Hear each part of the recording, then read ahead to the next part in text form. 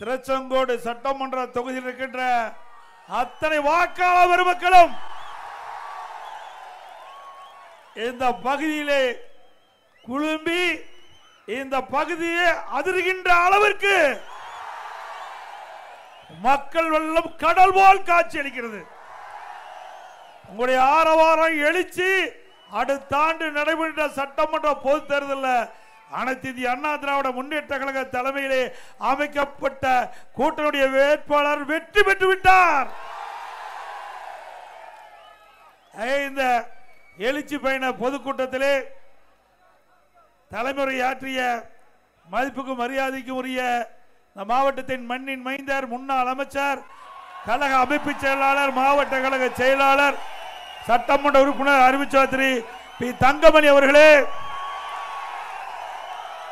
நிகழ்ச்சியில் பங்கு பெற்று சிறப்பித்துக் கொண்டிருக்கின்ற முன்னாள் நாடாளுமன்ற சட்டமன்ற உறுப்பினரும் பாஜக மாநில துணைத் தலைவர் அண்ணன் திரு KP ராமலிங்கம் அவர்களே,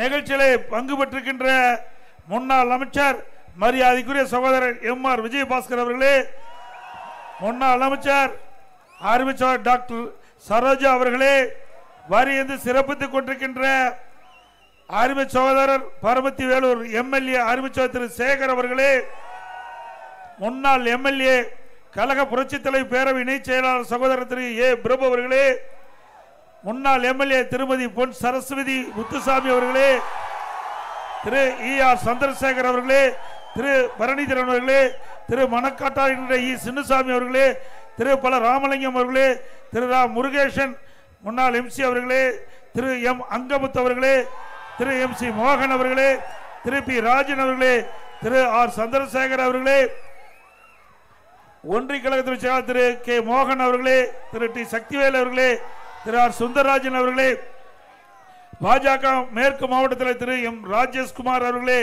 தமாக மேற்கு தலைவர் திரு செல்வகுமார் அவர்களே, மற்றும் நிகழ்ச்சியிலே பங்கு பெற்றிருக்கின்ற மரியாதைக்குரிய சகோதரர் தமிழ்மணி அவர்களே, முன்னாள் அமைச்சர் தருமபுரி மாவட்ட செயலாளர் அறிவிச்ச சகோதரர் திரு KP அன்பழகன் அவர்களே, சேலம் புறநகர் மாவட்ட செயலாளர் திரு R இளங்கோவன் அவர்களே, முன்னாள் அமைச்சர் மரியாதைக்குரிய சகோதரர் KC கருப்பணன் MLA அவர்களே, மற்றும் நிகழ்ச்சியிலே பங்கு பெற்றிருக்கின்ற IJK நிர்வாகி P முத்துராஜ் அவர்களே, திரு G கதிர்வேல் அவர்களே, மற்றும் நிகழ்ச்சியிலே கலந்து கொண்டு சிறப்பித்துக் கொண்டிருக்கின்ற அனைத்து இந்திய அண்ணா திராவிட முன்னேற்ற கழகத்திலே பல்வேறு பொறுப்புகளை வைக்கின்ற நிர்வாகிகளே, கழக உடன்பிறப்புகளே, கூட்டணி கட்சியை சேர்ந்த தலைவர்களே, நிர்வாகிகளே, தொண்டர்களே, பெரியோர்களே, தாய்மார்களே, தொழிலாளர் நண்பர்களே, விவசாயிகளே, விவசாய தொழிலாளர்களே, பத்திரிகையாளர்களே, ஊடக நண்பர்களே, இளைஞர் பட்டாளங்களே, மகளிரை சேர்ந்த சகோதரிகளே, அனைவருக்கும் என்னுடைய முதற்கால் நன்றி கலந்த வணக்கம்.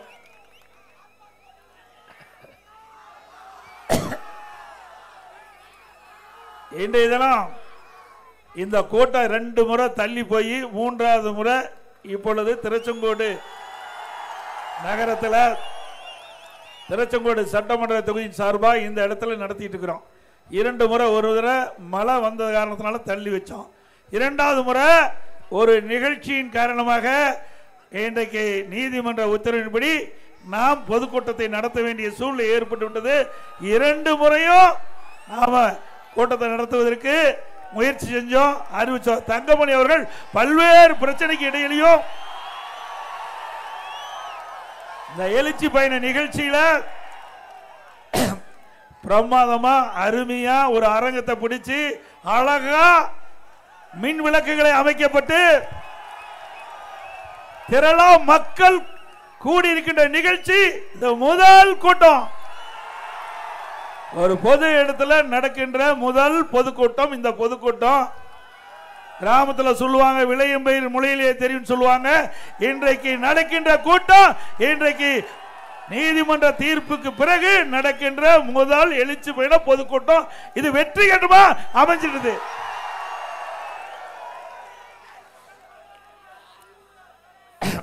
இன்றைய தினம் உங்களுக்கு நல்லா தெரியும், அண்மையில் நடந்த ஒரு சம்பவம் நம்ம பக்கத்தில் கரூர் மாவட்டத்தில். எதனால் நடந்தது உங்களுக்கு எல்லாம் தெரியும், தெரியுமில்ல? ஏன்னா நீங்க அருகாமையில் இருக்கிறீங்க. ஆக வேண்டுமென்றே திட்டமிட்டு அந்த கூட்டம் சரியான முறையில் நடைபெறக்கூடாது என்பதற்காக அந்த பிரச்சனை உருவாக்கப்பட்டதாக தகவல். ஆக அதிமுகவை பொறுத்த வரைக்கும் எந்த இடத்துல கூட்டம் போட்டாலும் அந்த கூட்டம் வெற்றி பெறும், வெற்றி கூட்டமா இருக்கும். நம்முடைய கழக நிர்வாகிகள், தொண்டர்கள், பொதுமக்கள் நம்முடைய கூட்டத்திற்கு முழு ஒத்துழைப்பு நல்கிட்டு இருக்கிறாங்க. கிட்டத்தட்ட நீங்க பாத்தீங்கன்னா 168 சட்டமன்றத்துக்கு நான் நேரடியாக சென்று அந்த பகுதியில் நாங்கள் எழுச்சி பயண கூட்டத்தை மேற்கொண்டு விட்டு இந்த நீதிமன்ற உத்தரவுக்கு பிறகு முதலாக திருச்செங்கோடு சட்டமன்ற தொகுதி நாமக்கல் மாவட்டத்தில் இந்த கூட்டம் நடைபெறுகின்றது. இன்றைய தினம் திராவிட முன்னேற்ற கழக ஆட்சிக்கு வந்து கிட்டத்தட்ட 53 மாத காலம் நிறைவேற்றப்பட்டு விட்டது, நிறைவேற்றி உள்ளது. 53 மாத திராவிட முன்னேற்ற கழக ஆட்சியில் திருச்செங்கோடு சட்டமன்றத்தில் ஏதாவது ஒரு பெரிய திட்டம் வந்திருக்குதுங்களா? நீங்க சிந்திச்சு பாருங்க.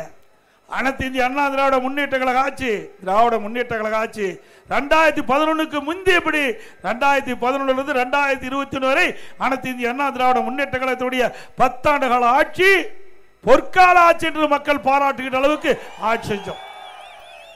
உண்மைதானே? இன்றைக்கு ஒரு சிலவற்றை இந்த நேரத்தில் சொன்னா பொருத்தமா இருக்கும். ஏன்னா வேண்டுமென்றே திட்டமிட்டு ஸ்டாலின் அவர்கள் அனைத்து இந்திய அண்ணா திராவிட முன்னேற்ற கழக ஆட்சியில் எந்த ஒரு திட்டத்தையும் நிறைவேற்றப்படவில்லை என்று ஒரு பொய்ய கூறி வருகிறார் திரு ஸ்டாலின் அவர்களே.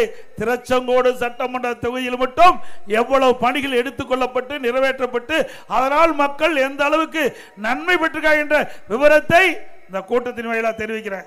திருச்செங்கோடு முதல் நாமக்கல் வரை பல ஆண்டுகளாக கோரிக்கை வச்சாங்க. அந்த வாகனங்கள் முழுமையாக போக முடியல, வாகன நெருக்க. ஆக அந்த சாலையை விரிவுபடுத்த வேண்டும் என்று கோரிக்கை. அந்த இருவழிச்சாலையை 4 வழிச்சாலையாக அமைத்து கொடுத்தோம். 135 கோடி திருச்செங்கோட்டிலிருந்து நாமக்கல் வரை 135 கோடியில பல ஆண்டுகளாக வைத்த கோரிக்கையை அதிமுக ஆட்சியில் நிறைவேற்றி கொடுத்தோம். அதே போல நம்முடைய திருச்செங்கோடு முதல் ராசிபுரம் வரை 2 வழிச்சாலை 224 கோடி. அதோட மல்லிகரைவில் தண்ணீர் பந்தல் காடு, இதையும் நாங்கள் தான் விரிவாக்கம் பண்ணி கொடுத்தோம். திருச்செங்கோடு முதல் பள்ளிப்பாளையம் சாலை வரை இப்ப 4 வழிச்சாலை அதிமுக ஆட்சியில் கொண்டு வரப்பட்ட திட்டம் 424 கோடி. திருச்செங்கோடு முதல் சங்கிரி வழியா ஓமலூர் வரை 950 கோடி. அந்த பணி நிறைவு பெற இருக்கின்றது. 4 வழிச்சாலை திருச்செங்கோட்டிலிருந்து சங்ககிரி ஓமலூர் வரை 4 வழிச்சாலை 950 கோடி நிதி ஒதுக்கீடு செஞ்சு இந்த மக்களுடைய கோரிக்கையை நிறைவேற்றி தந்த அரசாங்கம் அதிமுக அரசாங்கம்.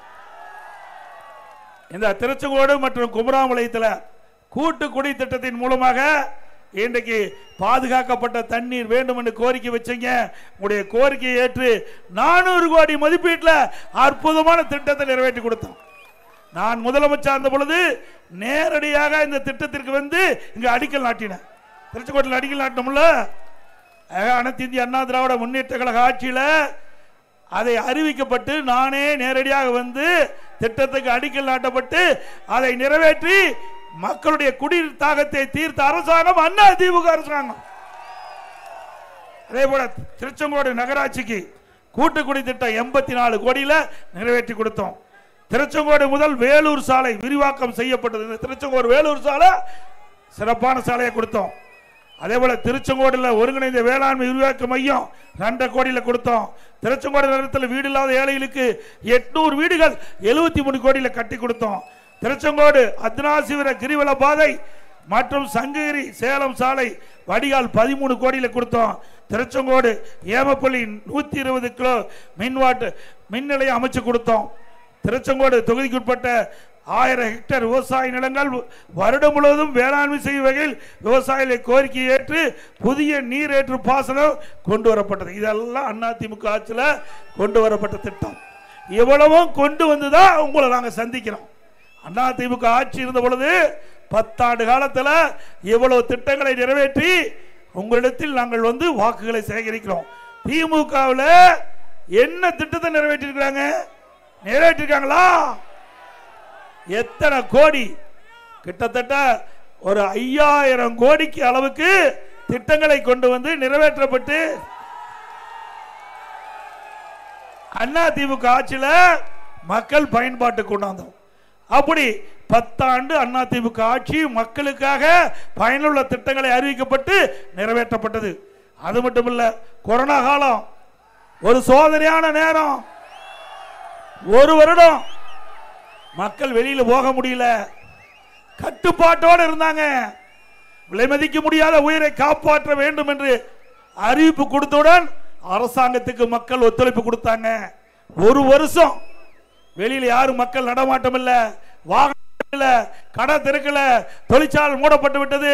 விலை மதிக்க முடியாத உயிரை காப்பாற்றிய அரசாங்கம் அதிமுக அரசாங்கம்.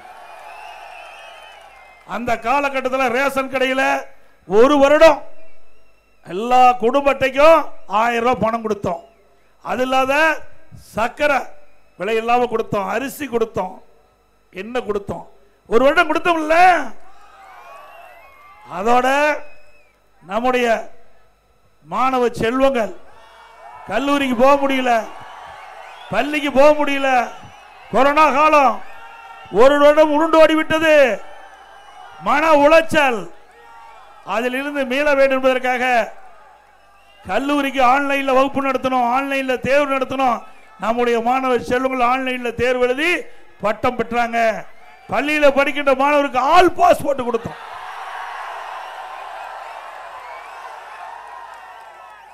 அது மட்டுமல்ல, அந்த வருடம் தை பொங்கல் அன்று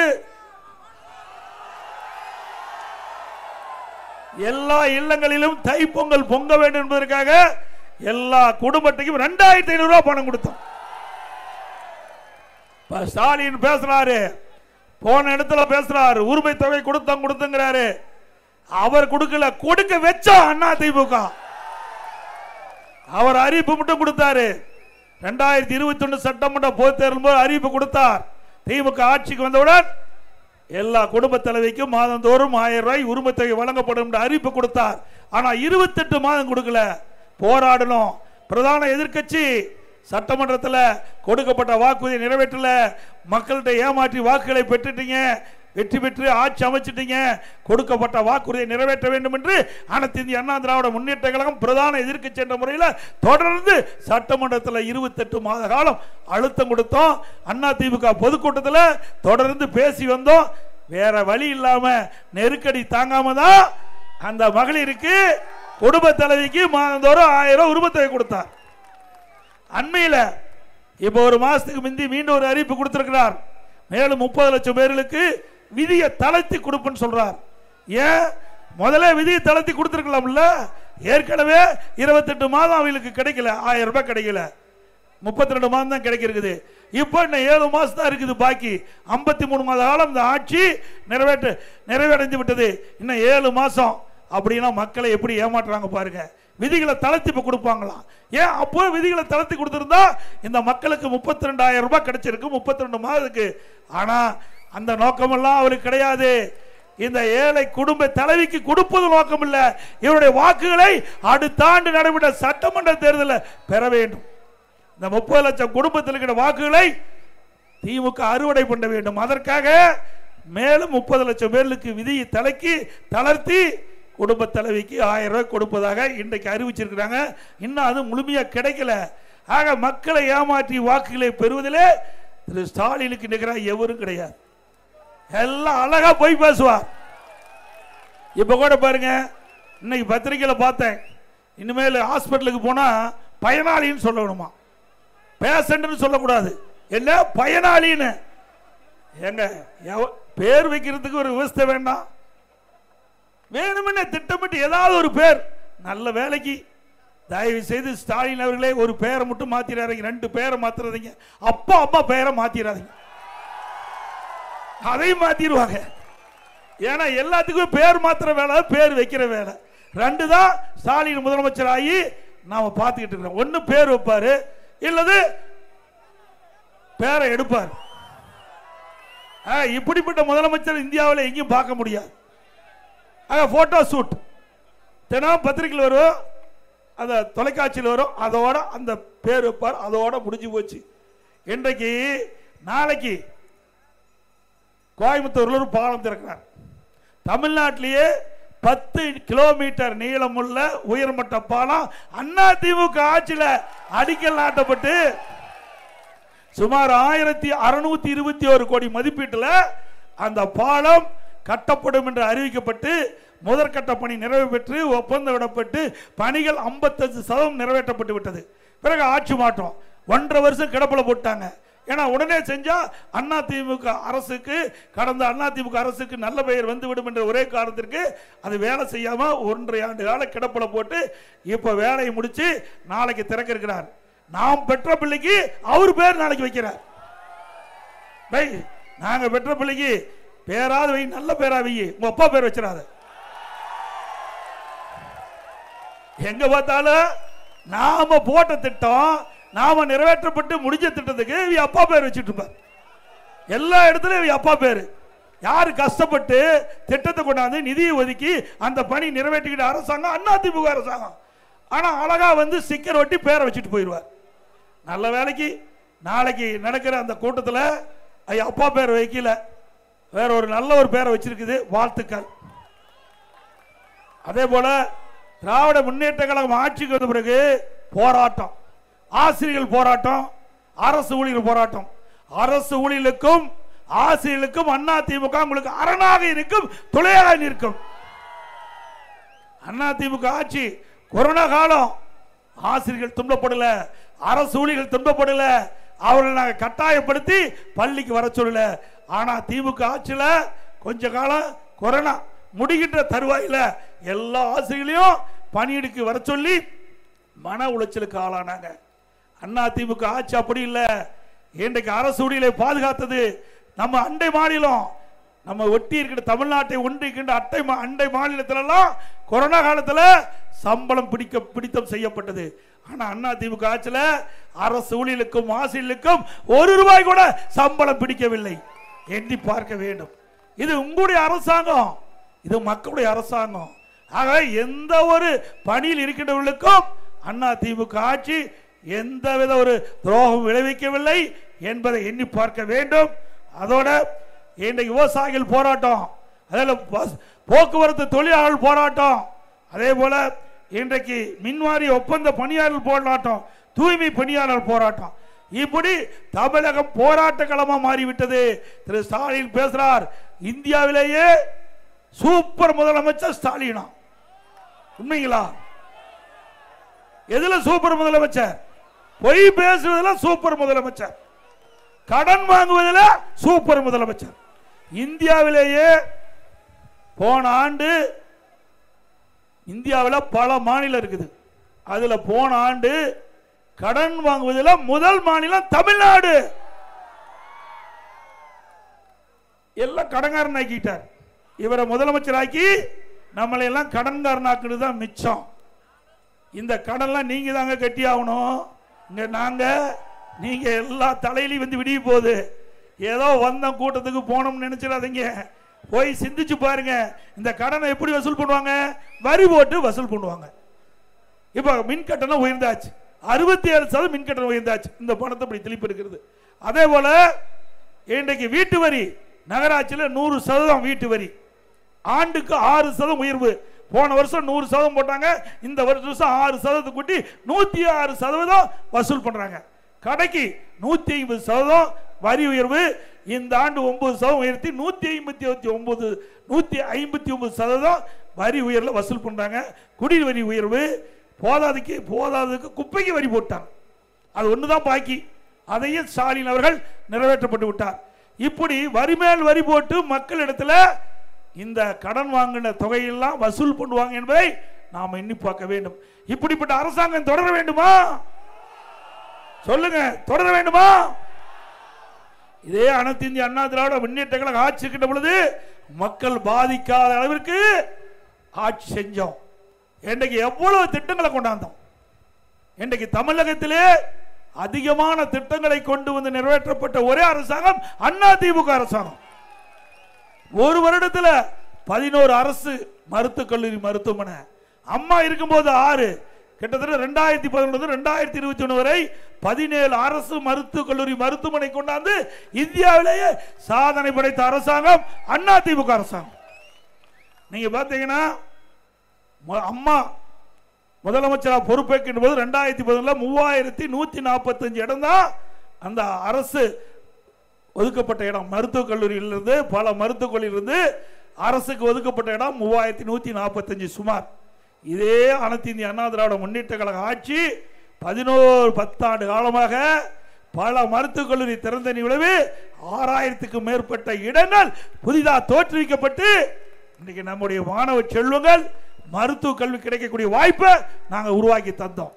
நீங்க ஆட்சி பொறுப்பேற்று 53 மாத காலம் உருண்டோடி விட்டது. ஒரு மருத்துவக் கல்லூரி கொண்டாந்தீங்களா? கொண்டாந்துருக்காங்களா? கேட்டா மத்தியில அனுமதி கிடைக்கலைங்கிறாங்க.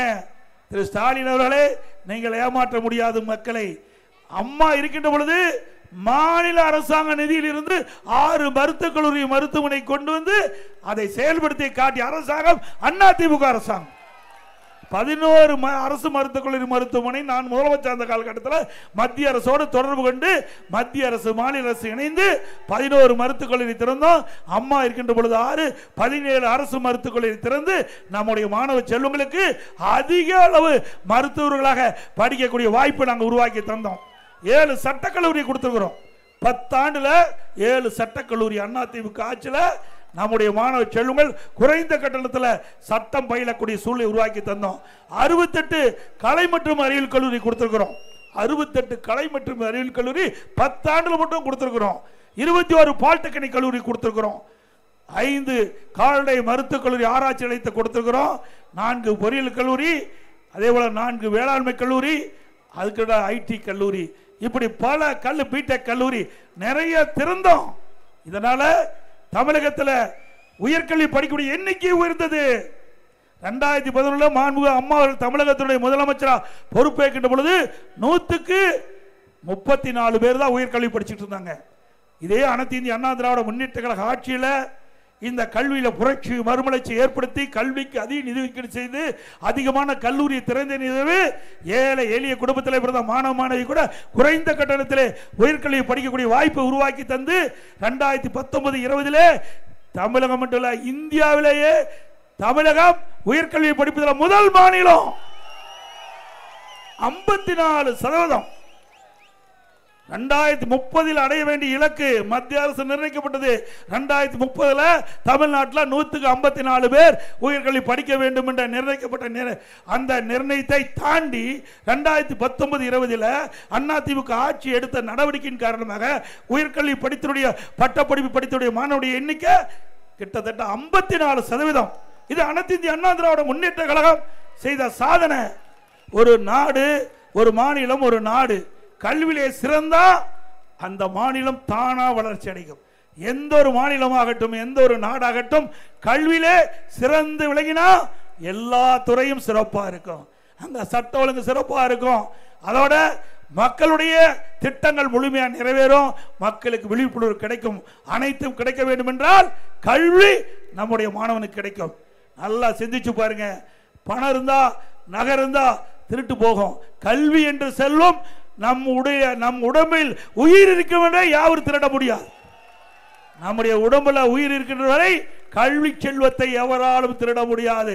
அந்த கல்வி செல்வத்தை நம்முடைய மாணவ செல்வங்களுக்கு முழுமையாக கிடைக்கப்பெற செய்த அரசாங்கம் அதிமுக அரசாங்கம். அதோட இன்றைக்கு விலைவாசி விண்ணை முட்டிக்கிட்ட அளவுக்கு உயர்ந்து போய்விட்டது. இன்றைக்கு அரிசி விலை உயர்ந்துச்சு, பருப்பு விலை உயர்ந்தாச்சு, எண்ணெய் விலை உயர்ந்தாச்சு. வாங்கும் சக்தி மக்களுக்கு இல்லாத ஒரு சூழலை. இன்றைக்கு வேலை வாய்ப்பு குறைஞ்சு போச்சு, வருமானம் குறைஞ்சு விட்டது, செலவு அதிகரித்து விட்டது, மக்கள் துன்பப்படுகிறாங்க. அதனால தான் இந்த பகுதி விசைத்தறி தொழில் நிறைந்த பகுதி, கைத்தறி தொழில் நிறைந்த பகுதி. 2 தொழிலும் நலிவடையக்கூடிய சூழ்நிலை இந்த ஆட்சியில் பார்க்கிறோம். இதை சரி செய்ய இந்த அரசாங்கம் எந்த நடவடிக்கை எடுக்கல.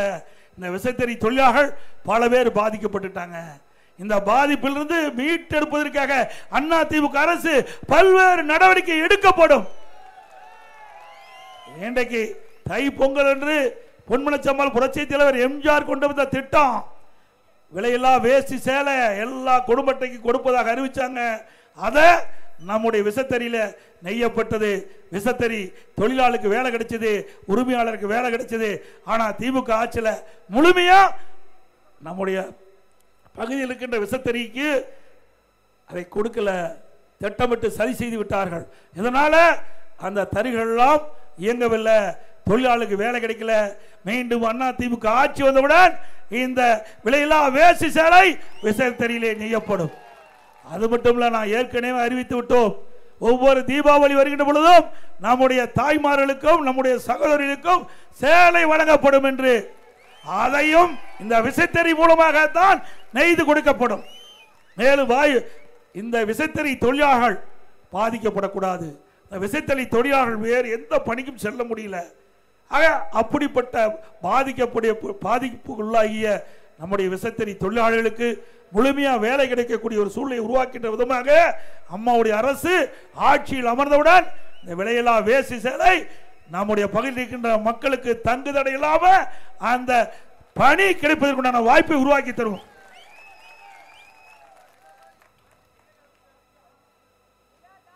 அதே போல விலையில்லா மின்சாரம் கைத்தறிக்கு 200 யூனிட் கொடுத்தோம். அதே விசைத்தறிக்கு 750 யூனிட் கொடுத்தோம். நெசவாளருக்கு பசு வீடுகள் கொடுத்தோம். அதே போல கைத்தறி துணிகள் விற்பனை, இன்னைக்கு கைத்தறி துணிகள் அதிகமாக நெய்யப்பட்டு தேக்க நிலை அடைஞ்சது. என்னிடத்தில் கைத்தறி நெசவாளுடைய அமைப்பை சேர்ந்தவர்கள் கோரிக்கை வச்சாங்க. ஆகவே கைத்தறி துணிகள் எல்லாம் தேக்கமடைந்து விட்டது, அது விற்பனை செய்ய முடியவில்லை, அதற்கு மானியம் வேண்டும்னு கேட்டாங்க. அம்மாவுடைய அரசு 350 கோடி அதற்கு நிதி ஒதுக்கீடு செய்யப்பட்டு அந்த தேங்கிய துணிகள் எல்லாம் விற்பனை செய்யக்கூடிய சூழ்நிலை நாங்கள் உருவாக்கி தந்தோம். அது மட்டும் இல்ல, திராவிட முன்னேற்ற கழக அரசு இப்பொழுது புதிய ஒரு விதிமுறை அறிவிக்கப்பட்டிருக்குது. இந்த கைத்தறி கூட்டுறவு சங்கத்தில் இருக்கின்ற உறுப்பினர்கள் அவர்களுக்கு உடனுக்குடன் அவர் நெய்யப்பட்ட துணிக்கு கூலி கொடுத்தோம். இப்ப திமுக ஆட்சி வந்த பிறகு அதை உடனுக்குடன் கொடுப்பதில்ல, வங்கிக்கு அனுப்பி 15 நாளைக்கு ஒரு தடவை தான் அந்த பணத்தை அந்த துணி நெய்யப்பட்ட தொழிலாளிக்கு கிடைக்குது. இதனால் கடுமையாக பாதிக்கப்படுறாங்க. அன்றாட செலவுக்கு தடுமாறி கொண்டிருக்கின்றார்கள். அண்ணா திமுக ஆட்சி வந்த பிறகு எப்படி அண்ணா திமுக ஆட்சியிலே அன்றன்றைக்கு நெய்யப்படுகின்ற துணிக்கு அன்றன்றைக்கு அந்த தொழிலாளிக்கு உண்டான தொகை கொடுக்கப்படும்.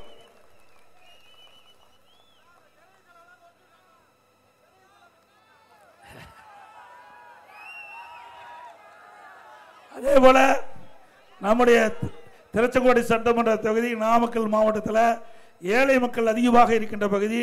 விவசாய தொழிலாளி, நெசவு தொழிலாளி, விசைத்தறி தொழிலாளி, இப்படி மூட்டை தைக்கின்ற தொழிலாளி, சலவை தொழிலாளி, அதே போல பட்டியலின மக்கள், இப்படி பல பேர் கூரை வீட்டில் இருக்கிறாங்க. அந்த கூரை வீட்டில் வசிக்கின்றவர்களுக்கு அற்புதமான பல லட்சம் மதிப்பில் காங்கிரீட் வீடு கட்டி கொடுக்கப்படும். இந்த ஏழை தொழிலாளிகளுக்கும் பட்டியலின மக்களுக்கும் வீட்டு மனையே இல்லை. அப்படி இல்லாதவர்களுக்கு அரசாங்கமே அந்த நிலத்தை வாங்கி அற்புதமாக வீடு கட்டி தரப்படும். அதோட நம்முடைய அருந்தி திருப்பதி மக்கள் அதிகமாக வசிக்கிற பகுதி, அருந்தி திரு மக்கள் அதிகமாக வசிக்கின்ற பகுதி, அவர்கள் குடும்பத்தில் அவருடைய வாரிசுகள் 2-3 பேர் வந்து விட்டால் அவர்கள் தனி குடித்தனம் போகின்ற பொழுது அவர்கள் வீட்டு மனை இல்லாமல் வீடு இல்லாமல் கஷ்டப்படுவதாக சிரமப்படுவதாக எங்களுடைய கவனத்திற்கு வந்திருக்குது. அண்ணா திமுக ஆட்சி வந்தவருக்கு அந்த குடும்பத்தில் எத்தனை பேர் இருந்தாலும் அத்தனை பேர்களுக்கும் காங்கிரீட் வீடு கட்டி கொடுக்கப்படும்.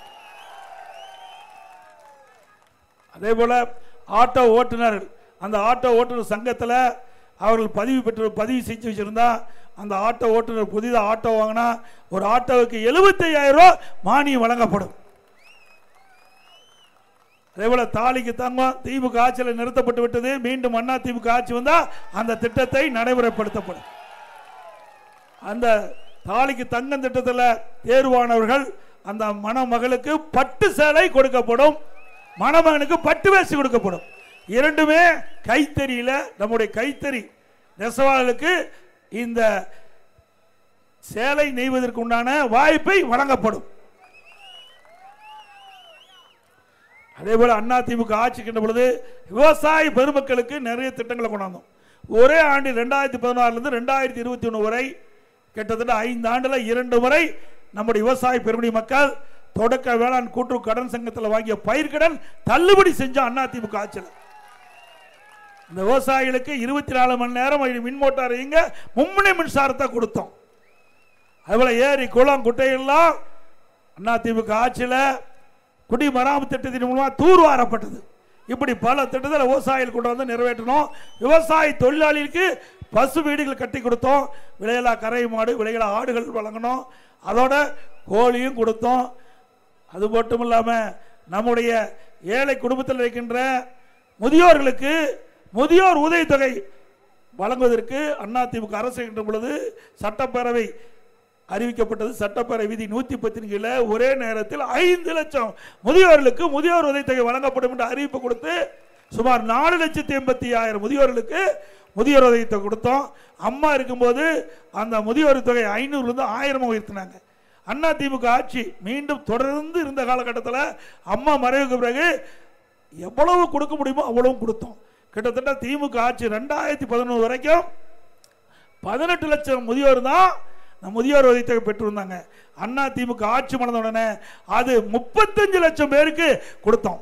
கிட்டத்தட்ட 17 லட்சம் பேர்களுக்கு புதிதாக விண்ணப்பித்தவர்கள் தகுதியானவர்களுக்கு முதியோர் உதவித்தொகை வழங்கிய அரசாங்கம் அதிமுக அரசாங்கம் என்பதை நேரத்தில் சுட்டிக்காட்டி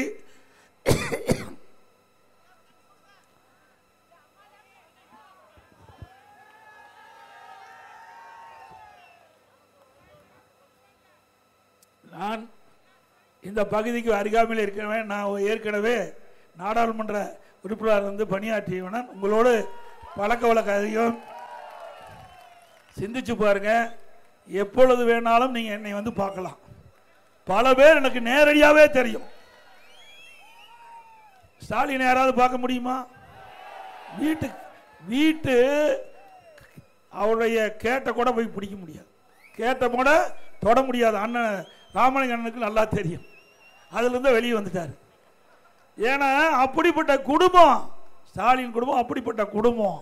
தான் குடும்பம் தான் வாழ வேண்டும் என்று நினைக்கின்ற குடும்பம் திரு கருணாநிதி குடும்பம். ஆகவே நீங்க சிந்தித்து பார்க்க வேண்டும். சேலத்தில் இருக்கிறேன், எங்க வேணாலும் இந்த பகுதி முழுவதும் நான் சுற்றுப்பயணம் செஞ்சிருக்கிறேன். முழுமையா அந்த மக்களுக்கு எனக்கு தெரியும். இந்த மக்களுக்கு என்ன பிரச்சனை இருக்குன்னு தெரியும். அதனாலதான் அதிமுக ஆட்சிக்கின்ற பொழுது தமிழகத்தில் எந்த தொகுதிக்கும் இல்லாத பெருமை திருச்செங்கோட்டு கிடைச்சது. திருச்செங்கோட மையமா வச்சுதான் வேலூருக்கு சாலை, திருச்செங்கோட மையமா வச்சுதான் பள்ளிப்பாளையம் ஈரோட்டுக்கு சாலை, திருச்செங்கோட மையமா வச்சுதான் ஓமலூர், அதே போல ஓமலூருக்கு சாலை, திருச்செங்கோட மையமா வச்சுதான் அங்க நாமக்கல்லுக்கு சாலை, திருச்செங்கோட மையம் வச்சுதான் ராசிபுரம். இப்படி திருச்செங்கோட்டில் ரிங் ரோடு, அதுவும் அதிமுக ஆட்சியில் கொண்டு வரப்பட்ட திட்டம் என்ற ஒரே காரணத்துக்காக முடக்கி வச்சிருக்கிறாங்க. இப்படி ஒரு சட்டமன்ற தொகுதியில் அனைத்து சாலைகளையும் விரிவாக்கம் செய்யப்பட்ட ஒரு அரசாங்கம் அதிமுக அரசாங்கம். திமுக ஆட்சியில் இப்படி ஏதாவது செஞ்சிருக்கிறாங்களா? தமிழகத்தில் எந்த தொகுதிக்கும் கிடைக்கப்படாத நன்மை திருச்செங்கோட்டில் கிடைச்சிருக்கு. திருச்செங்கோடு சட்டமன்ற தொகுதி கிடைச்சிருக்குது. அதெல்லாம் நீங்கள் சிந்தித்து பார்க்க வேண்டும் என்று நேரத்தில் கேட்டு, அதே போல இஸ்லாமிய பெருமக்களுக்கு நிறைய திட்டங்களை கொண்டாந்து நிறைவேற்றணும். அம்மா இருக்கின்ற பொழுது 2001ஆம் ஆண்டு இஸ்லாமிய பெருமக்கள் கோரிக்கை வச்சாங்க. புனித ரம்லான் மாதத்தில் பள்ளி வாசலுக்கு நோன்பு கஞ்சி தயாரிக்க அரிசி வேணும் கேட்டாங்க. அந்த அரிசியை அதிமுக அரசு கொடுக்கப்பட்டது கோரிக்கை ஏற்று. ஒவ்வொரு ஆண்டும் இந்த புனித ரம்லான் மாதம் வருகின்ற பொழுது அந்த பள்ளி வாசல் நோன்பு கஞ்சி தயாரிக்க சுமார் 5400 மெட்ரிக் டன் அரிசி கொடுத்த அரசாங்கம் அதிமுக. நாகூர் தர்கா சந்தன கூடு விழாவிற்கு விலையில்லா சந்தனக்கட்டை கொடுத்ததும் அதிமுக அரசாங்கம். 2018 வரை ஹஜ் புனித பயணம் மேற்கொள்ள மத்திய அரசாங்கம் மானியம் 6 கோடி கொடுத்திருந்தது. 2019ஆம் ஆண்டு திடீரென்று அந்த மானியத்தை நிறுத்திவிட்டது. உடனே இஸ்லாமிய பெருமக்களை என்னை சந்தித்து ஹஜ் புனித பயணம் மேற்கொள்ள ஏற்கனவே வழங்கப்பட்ட அந்த மானியத்தை தொடர்ந்து மாநில அரசு வழங்க வேண்டும் என்று கோரிக்கை வச்சாங்க. கோரிக்கை ஏற்று அம்மாவுடைய அரசு ஹஜ் புனித பயணம் மேற்கொள்ள 6 கோடி கொடுத்தோம்.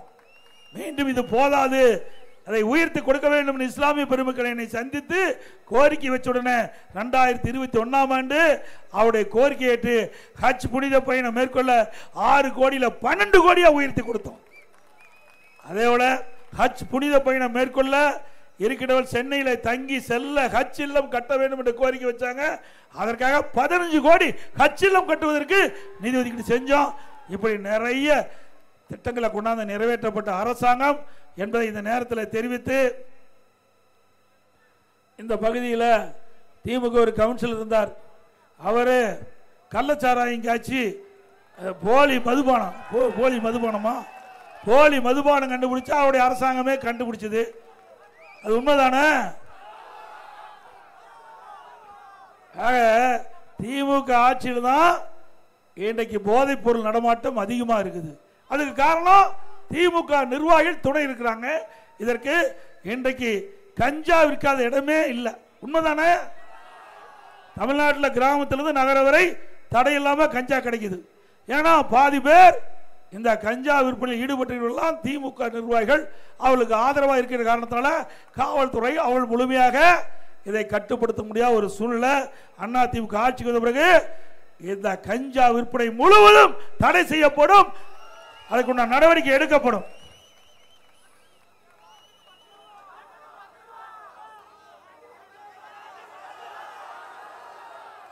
நீங்களே சொல்லிட்டீங்களே 10 ரூபாய்னா யாருன்னு நீங்களே என்னை விட இங்க இருக்கிறீங்களோட நீங்க முழுமையா தெரிஞ்சிருக்கிறீங்க. 10 ரூபாய்னா யாருன்னு? பாலாஜி. 10 ரூபாய்க்கு மதிப்பு கொடுத்தவர் அடையாளப்படுத்தியவர் பாலாஜி. 10 ரூபாய் பற்றி எல்லா இடத்துலையும் பேசியாச்சு. இருந்தாலும் நீங்க வைக்கிற அந்த கோரிக்கை ஏற்கப்பட்டு தமிழ்நாட்டில் சுமார் 6000 மதுக்கடை இருக்குது, டாஸ்மாக் கடை இருக்குது. டாஸ்மாக் கடையில் ஒரு பாட்டிலுக்கு 10 ரூபா அதிகமாக வாங்கிட்டு இருந்தாங்க.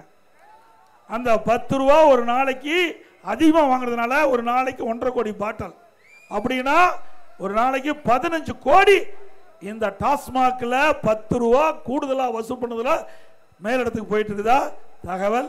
அப்படின்னா மாசத்துக்கு 450 கோடி, வருஷத்துக்கு 5400 கோடி, 4 வருஷத்துல 22,000 கோடி இந்த மதுபானத்தில் இந்த டாஸ்மாகில் மட்டும் இன்றைக்கு கொள்ளையடிச்சிருக்கிறாங்க. அண்ணா திமுக ஆட்சி வந்தவருக்கு முறையாக விசாரிக்கப்பட்டு யாரெல்லாம் இந்த தவறுதலில் ஈடுபட்டிருக்காங்களோ அவர்கள் சட்ட ரீதியாக நடவடிக்கை எடுக்கப்படும்.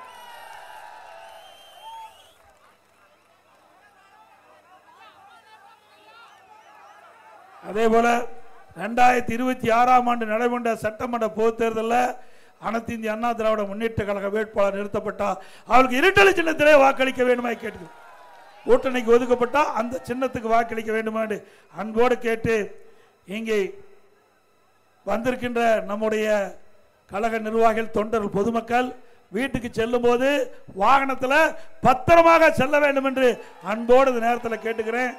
வாகன ஓட்டுநர்கள் நம்முடைய மக்களை பத்திரமா வீடு கொண்டு போய் சேர்க்க வேண்டும் என்று அன்போடு இந்த நேரத்தில் கேட்டு, மக்களை காப்போம், தமிழகத்தை மீட்போம்,